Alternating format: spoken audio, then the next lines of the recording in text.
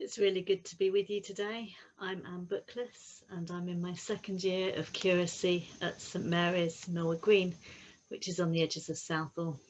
I live there with my husband, Dave, and we have 4 adult children, 2 of whom who've come back home to live recently.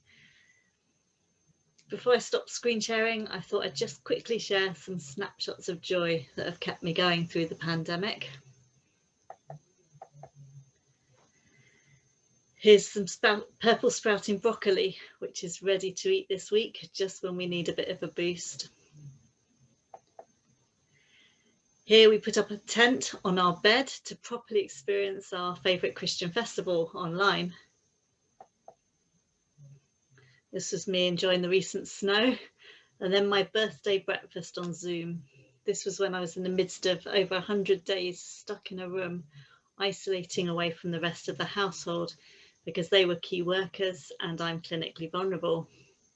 We had to be creative with how we saw each other. I'll stop sharing now. And yeah, I was really pleased to be asked to speak about what's kept me going during a time of uncertainty. I felt I got an advantage that when we went into the first lockdown, I'd already had a whole year of unexpectedly living my life with quite a lot of restrictions. For those of you who don't know me, in January 2019, I had flu, and for some reason, I never recovered. Like those with long COVID, I went from being an active person to not knowing if or when I would get better. Not only did I have to completely rethink my expectations of what it would look like to be ordained, but I also lost other parts of my life that gave me joy, like running and cycling and walks in wild places with my husband. Had to find new ways of relaxing. Yet there are patterns that I developed in that first year of illness which have served me well in lockdown, and I suspect they'll make me a better priest going forwards. The pandemic's been an intense experience in both my personal life and as a curate. In the wider family, there's been stresses with our daughters facing unexpected challenges, and I have really missed visiting and hugging my parents. I feel a deep sense of loss that I've only been able to celebrate the Eucharist a couple of times since I was ordained as priest back in September. Last week I had to say no to another funeral because of the risks, and it's really upset me that I can't serve in that way. More positively, with Zoom, it's meant that I've been able to lead services and preach from my bed when otherwise I might have been too sick to make it to the church building to do it. It's felt vulnerable letting the congregation see quite how ill I can actually get, but I'm hoping that it helps people realise that God can use them just as they are too. The main thing I think that's enabled me to keep going has been slowing down. I've got little choice about this. I have to manage my illness with really careful pacing. My natural inclination is definitely to work too hard and have unrealistically high expectations of myself. So this enforced slowing down of life has been really hard. But as I've done it, I've discovered grace in abundance.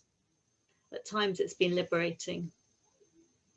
Slowing down has meant I'm better able to be more present to my own needs, more present to people, more present to God.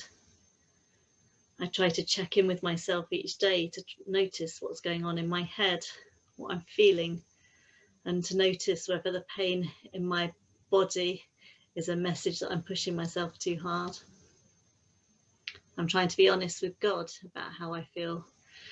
And whilst there have been many moments of joy, this feels like a season of lament. I've had to be honest with Dave that when he comes in smiling from a long run, I can be glad for him because I can see how much exercising keeps him sane. But it hurts too much to be told that he's done 26,000 steps when I can barely do 1,000.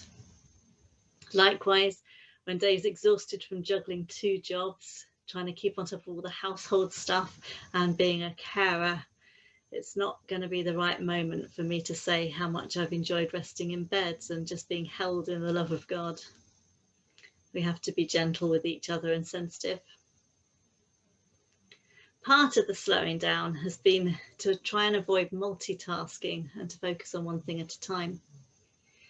I was out in my wheelchair recently going around the park, busily praying about the needs around me. And I felt God say, can we just enjoy this walk together? Enjoy each other's company, enjoy the beautiful trees. I'm going to finish with a reminder of the story of Jesus in the temple, watching the wealthy people giving lots of money, and then the poor widow who gave what little she had.